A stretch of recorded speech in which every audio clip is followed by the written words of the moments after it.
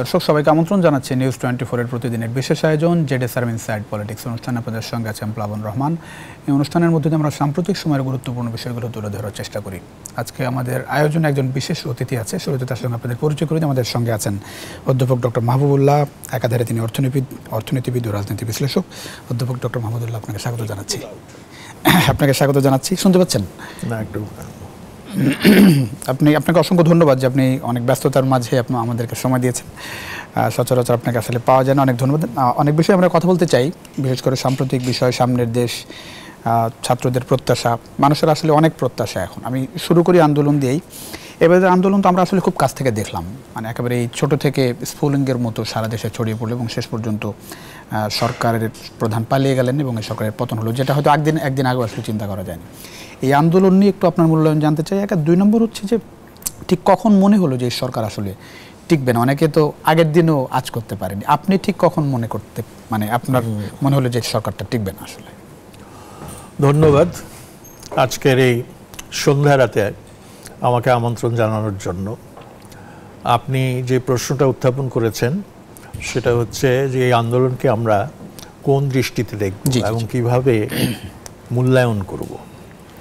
তো আমি আমার জীবনে বেশ কিছু আন্দোলন দেখেছি, এমনকি 52-এর আন্দোলনও দেখার, তখন ছোট ছিলাম, তাও দেখার সুযোগ হয়েছে।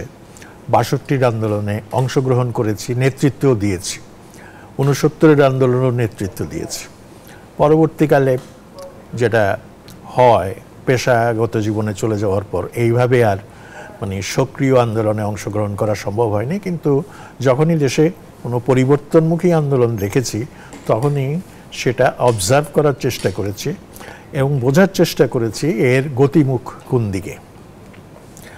এবার যে আন্দোলনটা হয়েছে, আমি আমার এক সাক্ষাৎকারে প্রথম আলোতে বলেছিলাম যে এই আন্দোলনটা হচ্ছে বহু বছরের, 16 বছরের পুঞ্জীভূত ক্ষোভ, দুঃখ, বেদনা, শোষণ, নির্যাতন, নিপীড়ন, বঞ্চনার পুঞ্জীভূত প্রকাশ, এবং সেটা তাই হয়েছে।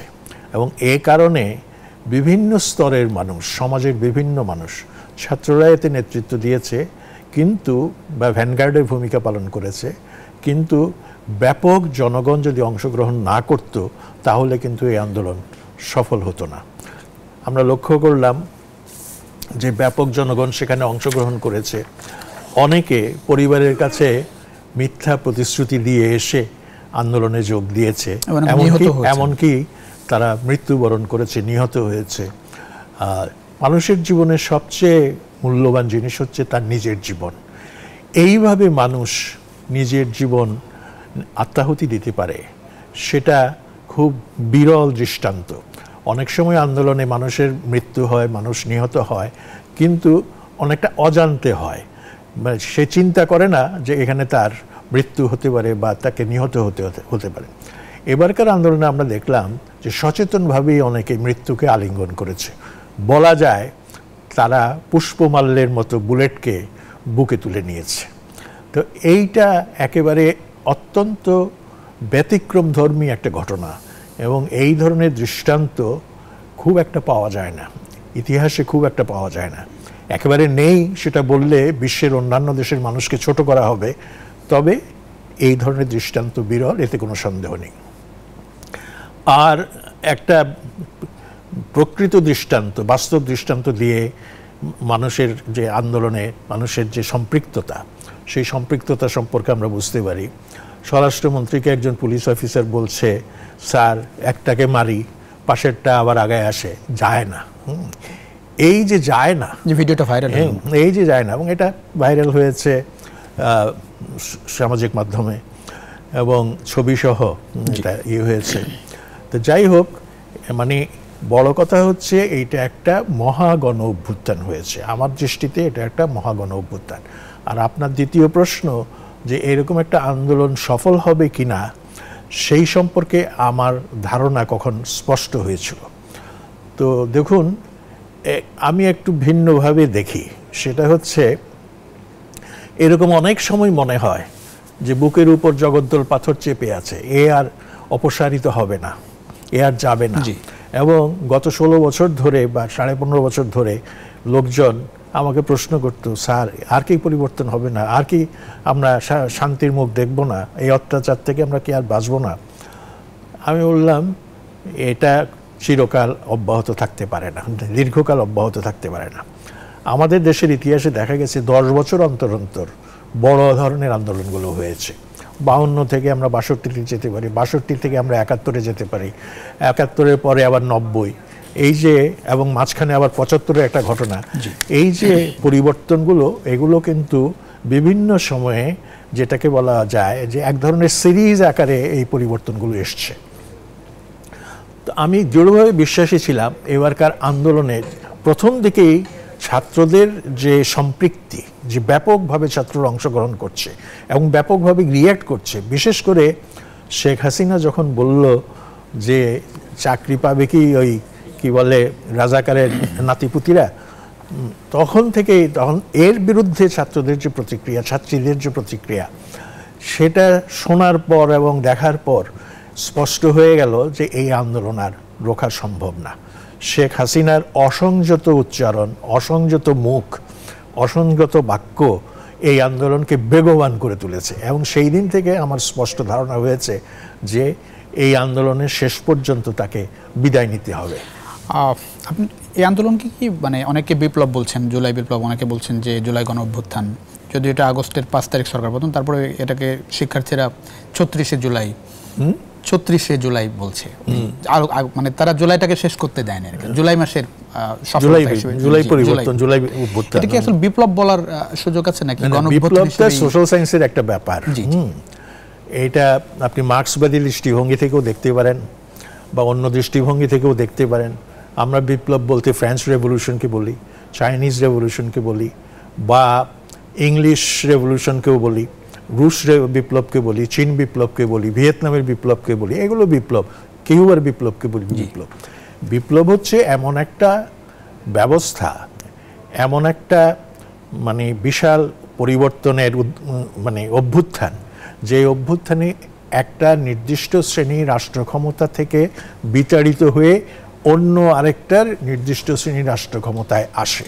ফ্রেঞ্চ রেভলিউশনে সামন্তবাদী শ্রেণী বিতাড়িত হয়ে বুর্জুয়ারা ক্ষমতায় এসছে। একইভাবে ইংলিশ রেভলিউশনেও সেই রকম একটা ঘটনা ঘটেছে। চীন বিপ্লবে কৃষক শ্রমিকরা এসছে। আপনার কিউবার বিপ্লবেও দেখা গেছে, যদিও এতে বেশিরভাগ যারা অংশগ্রহণকারী ছিল তারা শিক্ষিত ছাত্র, যুবক, সে গোবরে কত বয়স ছিল, ফিডেল ক্যাস্ট্রোর কত বয়স ছিল, কিন্তু তারা তাদের মধ্যে যে মার্ক্সবাদী আদর্শবোধ, যে লেনিনবাদী আদর্শবোধ, সেই চেতনা তাদেরকে একটা বিপ্লব করতে সাহায্য করেছে। এবং শেষ পর্যন্ত মার্কিন যুক্তরাষ্ট্র মনে করেছিল যে ফিডেল ক্যাস্ট্রো ছাত্র জীবনে তো অ্যান্টি কমিউনিস্ট স্টুডেন্ট লিডার ছিল হাভানা বিশ্ববিদ্যালয়ে। এখন সে যখন নেতৃত্বে আসে, আমরা কিউবার বিপ্লব নিয়ে এত মানে এই পরিবর্তনটা নিয়ে, বাতিস্তাকে বিতাড়ন নিয়ে আমরা চিন্তিত না হই, কিন্তু সেগুলোরা আপনার ফিডেল ক্যাস্ট্রোর মধ্যে এমন একটা নতুন চেতনা, নতুন আদর্শবোধ জারিত করে দিয়েছিল, যার ফলে আমরা দেখলাম কিউবা ঠিক ওই অন্য 10টা গণ অভ্যুত্থান বা বিপ্লবে যে সমাজের স্থিতাবস্থা বজায় রেখে চলা, সেটা না চলে একটা পরিবর্তনমুখী একটা সমাজ পরিবর্তন যেটাকে বলে, সেটা হয়েছে।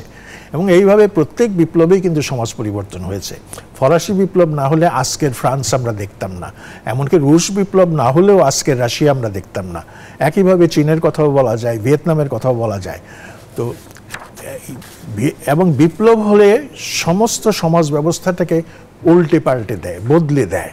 তা আমাদের এই, এবং তার পাশাপাশি কি হয়, রাষ্ট্র ক্ষমতায় যারা থাকে তাদেরকে পুরাতন সমাজের প্রতিনিধি হিসেবে তাদেরকে বিদায় করা হয় এবং নতুনদেরকে নিয়ে আসা হয়। সেখানে রাষ্ট্র নতুন করে সেনাবাহিনী গঠন করে, নতুন করে আমলাতন্ত্র তৈরি করে, নতুন করে আপনার বিভিন্ন পেশার মানুষ তৈরি করে, নতুন করে আপনার গোয়েন্দা বাহিনী তৈরি করে, এই সব জিনিসগুলো করে যেগুলো রাষ্ট্রের বিভিন্ন অঙ্গ, নতুন করে বিচারালয় সৃষ্টি করে, বিচারক সৃষ্টি করে।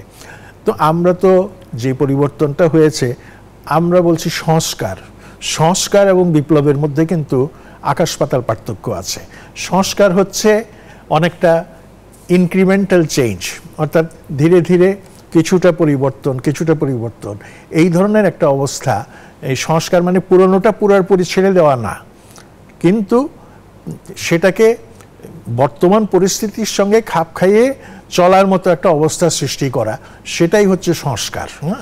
এটা একটি বড় সুযোগ অনেকে মনে করছেন। আমি একটু আগের কথা, এই যে আন্দোলন এবং আওয়ামী লীগ যে আচরণ করলো আওয়ামী লীগ সরকার, আপনি তো মাওলানা ভাসানীকে খুব কাছ থেকে দেখার সুযোগ হয়েছে রাজনীতির কারণে, শেখ মুজিবুর রহমানকে খুব কাছ থেকে দেখেছেন, সবশেষ 17 বছরের শাসনামলও দেখলেন। জি, সবশেষ 17 বছরে যে আওয়ামী লীগের শাসনামল, 15-17 বছর, আওয়ামী লীগ কখন এবং কিভাবে এরকম আসলে হয়ে উঠলো, যেটাকে ফ্যাসিস্ট বলা হচ্ছে, ফ্যাসিস্ট সরকার? আওয়ামী লীগের এই ধরনের আচরণ, ফ্যাসিস্ট ধরনের আচরণ, এটার জন্ম কিন্তু বেশ আগে। অনেকের ধারণা এই গত 16 বছরে হয়েছে, বা আবার কারো কারো ধারণা এটা 72-75 হয়েছে।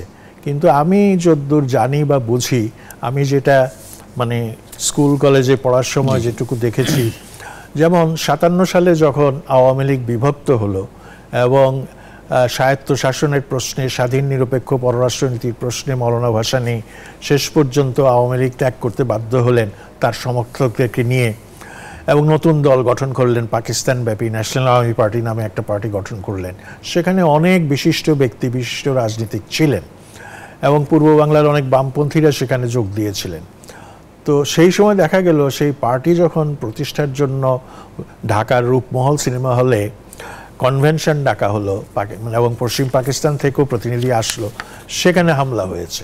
তারপরে এই উপলক্ষে পল্টন ময়দানে জনসভা, সেখানে হামলা হয়েছে, এবং খান আব্দুল গাফফার খানের মতো, যাকে সীমান্ত গান্ধী বলা হয়, তার মতো নেতা আত্মরক্ষার জন্য মঞ্চের নিচে হামাগুড়ি দিয়ে ঢুকতে বাধ্য হয়েছিলেন। কাজেই এটা খুব নতুন নয়। আমাদের সময়ে ধরেন 69-এর পরে 70-এর দিকে, তখন ছাত্র ইউনিয়নের 2 জন নেতা, তখন কিন্তু একটা বিশাল গণ অভ্যুত্থান হয়ে আইয়ুব খান বিদায় নিয়েছে, এবং সেই সময় ছাত্র ইউনিয়ন, ছাত্রলীগ সব সম্মিলিতভাবেই আন্দোলন করেছে একটা সুনির্দিষ্ট কর্মসূচির ভিত্তিতে, 11 দফার ভিত্তিতে। তারপরে আমরা কি দেখলাম, যখন ছাত্র সংসদগুলোর নির্বাচন হচ্ছে, তখন ছাত্রলীগ, যেটা আওয়ামী লীগের ছাত্র সংগঠন, তারা এসে ছাত্র ইউনিয়নের উপর আক্রমণ করছে, এবং এই আক্রমণের ফলে সেই সময় কিশোরগঞ্জের ওমর ফারুককে আমরা হারিয়েছি, এবং রাউজানের সমীর চৌধুরীকে আমরা হারিয়েছি। কাজেই এর পরেও আরও যেসব ঘটনা আছে, যে ন্যাশনাল আওয়ামী পার্টি যখন আস্তে আস্তে জনপ্রিয়তা অর্জন করছে, তারা যেখানেই সম্মেলন করে, যেখানেই কর্মী সভা করে, সেখানেই আক্রমণ করে, কারো হাত ভেঙে দিচ্ছে, কারো পা ভেঙে দিচ্ছে। এই যে ব্যাপারগুলো, এবং অন্যের ভিন্ন মত সহ্য করতে না পারা, পরমত সহিষ্ণুতা না থাকা, এটা বোধহয় আওয়ামী লীগের মজ্জাগত একটা ব্যাপার, এবং তারা মনে করে যে তারা ছাড়া দ্বিতীয় কেউ নেই। হ্যাঁ, যেটা ষোড়শ লুই বলেছিল, আই এম দি স্টেট। এবং শেখ হাসিনা অনেকটা সেই পর্যায়েই চলে গেছিল। বাংলাদেশ মানে শেখ হাসিনা, বাংলাদেশ মানে শেখ মুজিব, আর কেউ না।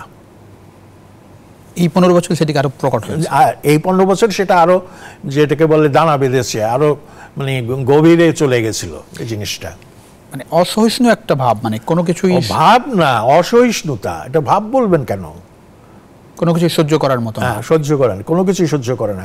কিছু অমত দ্বিমত করলেই আপনি গুম করছেন, আপনি খুন করছেন, আপনি আয়নাঘরে পাঠিয়ে দিচ্ছেন, আপনি মামলা দিচ্ছেন, মিথ্যা মামলা দিচ্ছেন, গায়েবী মামলা দিচ্ছেন, জেলে নিচ্ছেন, কারাগারে রাখছেন, এবং এমনকি যেটাকে বলা যায় যে বেইল, এটা বেইল যে একটা সাধারণ অধিকার, সেটা পর্যন্ত অনেক ক্ষেত্রে মানে অস্বীকার করা হয়েছে। তো এইরকম একটা পরিস্থিতি, শ্বাসরুদ্ধকর, দম বন্ধ করা একটা পরিস্থিতি তৈরি করা হয়েছিল, এবং ভিন্ন কোনো মত বা ভিন্ন কোনো চিন্তা বলার সুযোগও ছিল না। আচ্ছা, এমনকি জিয়াউর রহমানের মতো মানুষকে খুনি বলা, এবং তিনি মুক্তিযুদ্ধ করেন না, এই ধরনের কথা বলা। মুক্তিযুদ্ধ তো কারো ব্যক্তিগত সম্পত্তি নয়, এটা জনগণের সম্পত্তি, এবং জনগণ সেখানে অংশগ্রহণ করেছে, নানানজন নানানভাবে নানান ভূমিকায় অংশগ্রহণ করেছে, সাধারণ মানুষ অংশগ্রহণ করেছে। সাধারণ মানুষ আপনার এই যে মুক্তিযোদ্ধাদেরকে খাইয়েছে, আশ্রয় দিয়েছে, পথ দেখিয়ে দিয়েছে, শত্রুর অবস্থান নির্ণয় করে দিয়েছে। এর ফলে যেটা দেখছি যে মুক্তিযুদ্ধ সফল হওয়ার জন্য এটা একটা বিরাট ভূমিকা পালন করেছে। অথচ স্বাধীনতার পর আমরা কি দেখলাম, এই দেশে যারা ছিল, যারা ভারতে যায়নি, তাদেরকে রাজাকার বলার, তাদেরকে কোলাবোরেটর বলার একটা কি বলে চেষ্টা না, একেবারে অনেককে মানে সেটা ক্ষুব্ধ করেছে।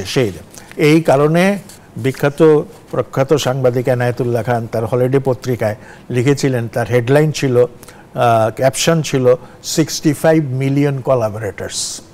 যেভাবে পুরো জিনিসটাকে দেখা হচ্ছে, তখন লোক সংখ্যা হচ্ছে 7.5 কোটি, তার মধ্যে 1 কোটি ভারতে গেছে, বাকি 6.5 কোটি হচ্ছে কোলাবোরেটর।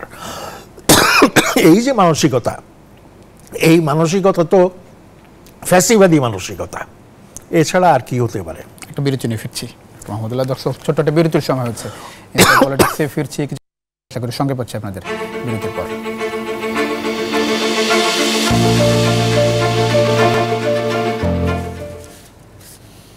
দর্শক, আবারও স্বাগত জেডএসআর ইনসাইড পলিটিক্সে। আমাদের সঙ্গে আছেন অধ্যাপক ডক্টর মাহবুবুল্লাহ। আমরা কথা বলছিলাম সাম্প্রতিক পরিস্থিতি নিয়ে, বিগত আন্দোলন নিয়ে এবং সামনের বাংলাদেশ নিয়ে আমরা কথা বলছি। এখন বর্তমান একটা অন্তর্বর্তী সরকারের হাতে দেশ, অনেক প্রত্যাশা মানুষের প্রত্যাশার শেষ নেই। আমরা কি একটু বেশি প্রত্যাশা করে ফেলছি কিনা এই সরকারের কাছে? 2 নম্বর হচ্ছে যে এর মধ্যে 6টি কমিশন বিভিন্ন ক্ষেত্রে সংস্কারের জন্য করা হচ্ছে। নির্বাচনী সংস্কার, সংবিধান সংস্কার, সংবিধান সংশোধনের কথাও আসছে, পুনরুল্লেখনের কথাও আসছে। মানে অনেক বেশি প্রত্যাশা আমরা এই সরকারের কাছে করে ফেলছি কিনা?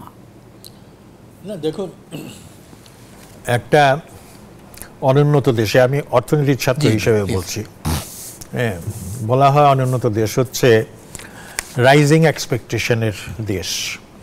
মানে আপনার প্রত্যাশা বাড়তেই থাকবে এরকম অনুন্নত দেশগুলো। কারণটা কি? কারণটা হচ্ছে যে তারা জানতে পারে বিশ্বের ধনী দেশগুলো বা উন্নত দেশগুলো, তাদের মানুষ কিভাবে, কেমন জীবনযাত্রা তাদের, এবং তাদের স্ট্যান্ডার্ড অফ লিভিং, তাদের দৈনন্দিন জীবন, তাদের শিক্ষা, সংস্কৃতি এবং অন্যান্য জিনিসগুলো কীরকম, এবং স্বাভাবিকভাবে সেও প্রত্যাশা করে এইরকম একটা জিনিস তার জন্য। এবং আরেকটা কথা বলা হয়, সেটা হচ্ছে কনসামশন ডেমনস্ট্রেশন এফেক্ট, আরেকটা হচ্ছে প্রোডাকশন ডেমনস্ট্রেশন এফেক্ট। আমরা উন্নত দেশের যেই সমস্ত ভোগের যে অভ্যাস, সেই অভ্যাসটা কিন্তু খুব দ্রুত নকল করি, দ্রুত গ্রহণ করি।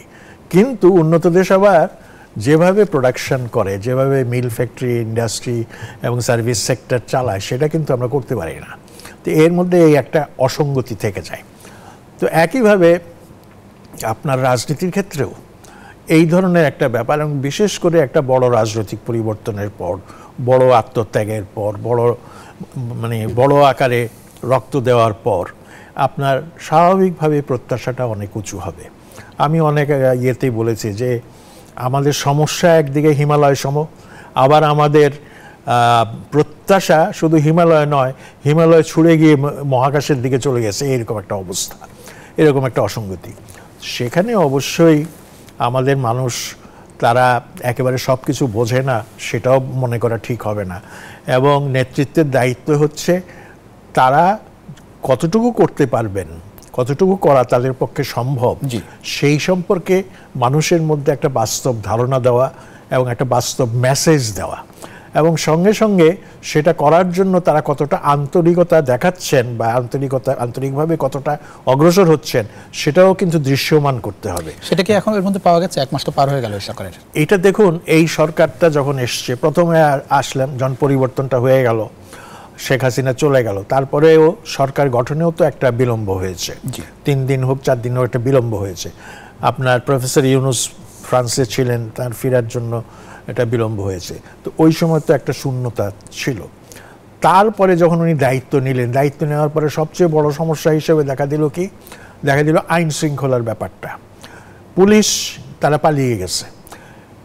এই দেশে বহু আন্দোলন হয়েছে, ব্রিটিশ বিরোধী আন্দোলনও হয়েছে, 1857 সালে সিপাহী বিদ্রোহের মতো ঘটনাও ঘটেছে। কিন্তু তারপরে যখন একটা স্ট্যাবিলিটি আসার পরে পুলিশ থানা ছেড়ে চলে গেছে বা দায়িত্ব ছেড়ে, ডিউটি ছেড়ে চলে গেছে এরকম, বা পালিয়ে গেছে এরকম কোনো ঘটনা কখনোই ঘটে নাই। কিন্তু এই পুলিশ বাহিনীকে ব্যবহার করে যেভাবে অত্যাচার, উৎপীড়ন করা হয়েছে, এর ফলে পুলিশের উপর মানুষের যেটাকে গণরোষ বলে, জনরোষ বলে, সেই রোষটা ছিল। ফলে তারা তাদের মরাল বলে যে জিনিসটা, যে মানে তাদের মধ্যে যে আস্থা, নিজের উপর আস্থা, সেটা তারা হারিয়ে ফেলেছে এবং তারা পালিয়ে যেতে বাধ্য হয়েছে। এর সঙ্গে জনশ্রুতি আছে যে এর মধ্যে বহু ভারতীয় পুলিশও আছে, হেন তেন ইত্যাদি, এসব এই জিনিসগুলোও আছে। ফলে আমরা দেখলাম কি প্রথম কয়েকদিন সরকার গঠনের ঢাকা শহরে ডাকাতি হচ্ছে এবং বিভিন্ন জায়গায় ডাকাতি হচ্ছে। এটার কারণটা হচ্ছে পুলিশের যে নিয়মিত টহল তখন সেটা হচ্ছিল না। কিন্তু আমি জনগণকে স্যালিউট জানাবো যে জনগণ স্বতঃস্ফূর্তভাবে পাহারা দিয়ে এবং মসজিদে মাইকে ঘোষণা করে মানুষকে অ্যালার্ট করে তার সঙ্গে সঙ্গে সেনাবাহিনী এসে যোগ দিয়ে আপনার জিনিসটা 3 থেকে 4 দিনের মধ্যেই কিন্তু নিয়ন্ত্রণের মধ্যে নিয়ে আসছে। এখন কিন্তু আমরা এই ধরনের ঘটনা দেখি না। তাহলে এখানে বলতে হবে যে পুলিশের শক্তির চাইতেও জনগণের ইচ্ছার শক্তির মূল্য এবং গুরুত্ব অনেক অনেক বেশি।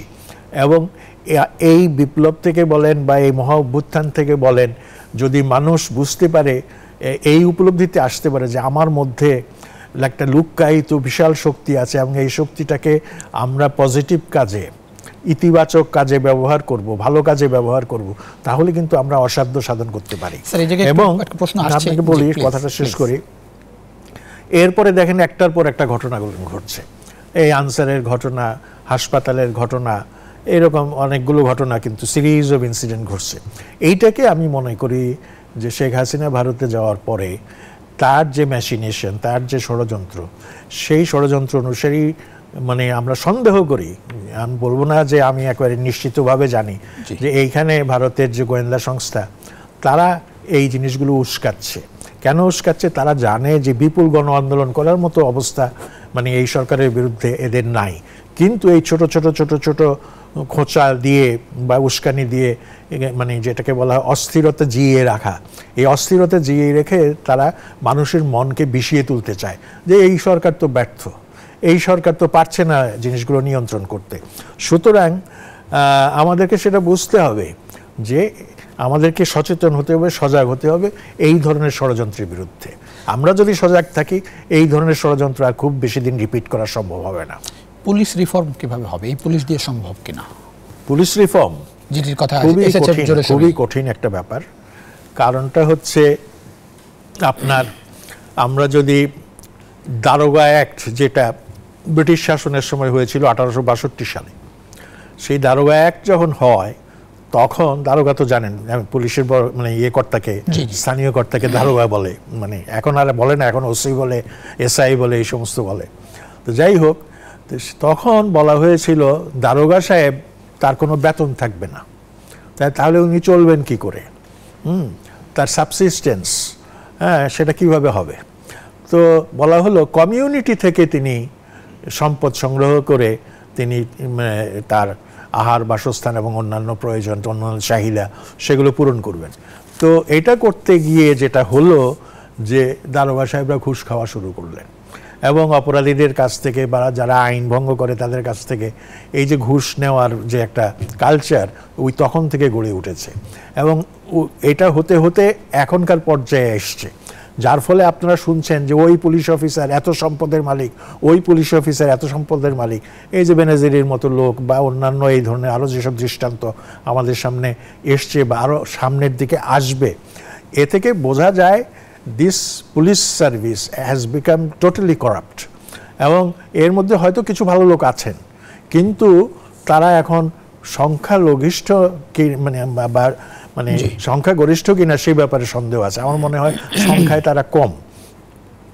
এখন তো তারা চলে গেছে, তাহলে এখন আপনাকে একটা জবাবদিহিমূলক পুলিশ ব্যবস্থা, অ্যাকাউন্টেবল একটা পুলিশ সিস্টেম, সেইটা কিভাবে করতে পারেন। অ্যাকাউন্টেবল করলেই কিন্তু আপনি করাপশনটাকে, দুর্নীতিটাকে রোধ করতে পারবেন এবং তাদের যে কর্মকাণ্ড, অ্যাক্টিভিটিস, সেটাকেও আরও জোরদার করতে পারবেন, আরও এটাকে ডিসিপ্লিন করতে পারবেন, সুশৃঙ্খল করতে পারবেন। তো এই অ্যাকাউন্টেবিলিটি সিস্টেমটা না থাকার ফলে খালি ডিপার্টমেন্টাল বিভাগীয় অ্যাকাউন্টেবিলিটি দিয়ে এই পুলিশকে আপনি সুশৃঙ্খল করতে পারবেন না। তার পাশাপাশি আপনার পার্লামেন্টারি অ্যাকাউন্টেবিলিটি, যেটা আমেরিকাতে আছে সিনেট বা কংগ্রেস যেই জিনিসগুলো করে হিয়ারিংয়ের মাধ্যমে, মাধ্যমে, এবং সেটা আবার মানে গণমাধ্যমে সেটা তুলে ধরা, এইভাবে মানুষকে মানে আপনি যদি অ্যাকাউন্টেবল করতে পারেন তাইলে বোধহয় একটা সম্ভাবনা আছে। তার সঙ্গে সঙ্গে আপনি তাদেরকে যে প্রশিক্ষণ দেবেন, সেই প্রশিক্ষণের উদ্দেশ্য হবে বেসিক্যালি তাদের মানে লক্ষ্য হওয়া উচিত, তাদের সার্ভিসের লক্ষ্য হওয়া উচিত টু সার্ভ দি হিউম্যানিটি, মানুষকে সেবা করা। হ্যাঁ, একটা বিরতি নিয়ে ফিরতে হচ্ছে স্যার, এর বিষয়ে এসে কথা বলবো স্যার। একটা বিরতি নিয়ে ফিরছি দর্শক, ছোট্ট একটা বিরতির সময় হচ্ছে আবারও জেডএস স্যার ইনসাইড পলিটিক্সে কিছুক্ষণের মধ্যেই ফিরছি, আশা করি সঙ্গে পাচ্ছেন।